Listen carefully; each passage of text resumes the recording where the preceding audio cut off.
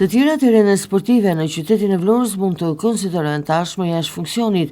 Bëhet fjalë për një fushë sportive të ndërtuar disa vite më parë në zonën e Kumes, si dhe një tjetër teren sportiv në lagja Rilindja, të cilat sot nuk kanë asnjë element përbërës që mund të quhen të tilla. Kjo për shkak se prej fushës së vjetër sportive nuk ka mbetur më asgjë. Aty ka patur të krijuara disa lodra për fëmijët, por edhe vende se ku mund të stërviteshe, si paralele dhe hekura horizontal. Por nga ato të cilat më parë ishin vendosur në zonë, sot nuk ka mbetur më asgjë, madje as gjurmë të tyre, veç dy porta që mund të themi se mund të përdoren për lojën e futbollit apo dy kosha të vjetërsuar basketbolli. Jo vetëm kaq, por në këto fusha sportive është dëmtuar po ashtu edhe bazamenti, duke treguar dëmtimin serioz që këto terene sportive kanë pësuar ndër vite. Madje pjesë e dëmtimit kanë rënë edhe shtyllat e ndriçimit. Pjesa më e madhe e tyre janë shndërruar duke të ofruar imazhin se pak nga pak do të bien në tokë. Disa prej ndriçuesve, madje të dëmtuar me gur, janë thyer e kanë dalë jashtë çdo funksioni sot.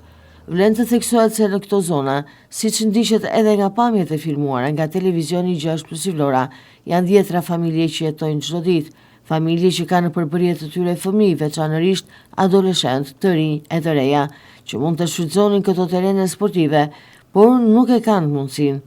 Madje edhe rruga e cila u premtua se do të ndërtojë në lagjen Rilindja ka mbetur pezull tashmë.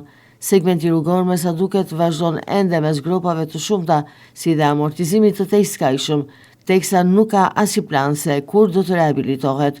Banorët çdo ditë përballen krahas amortizimit me plur, baltës dhe pellgjeve me ujë, me situatën që ende nuk dihet se kur do të marrë zgjidhje. Krahas tereneve sportive që po dalin dita ditës jashtë funksionit të tyre, edhe për shkak të mungesës së ndërgjegjësimit e kulturës qytetare, Vlora është kthyer në një qytet me pakicë terene sportive.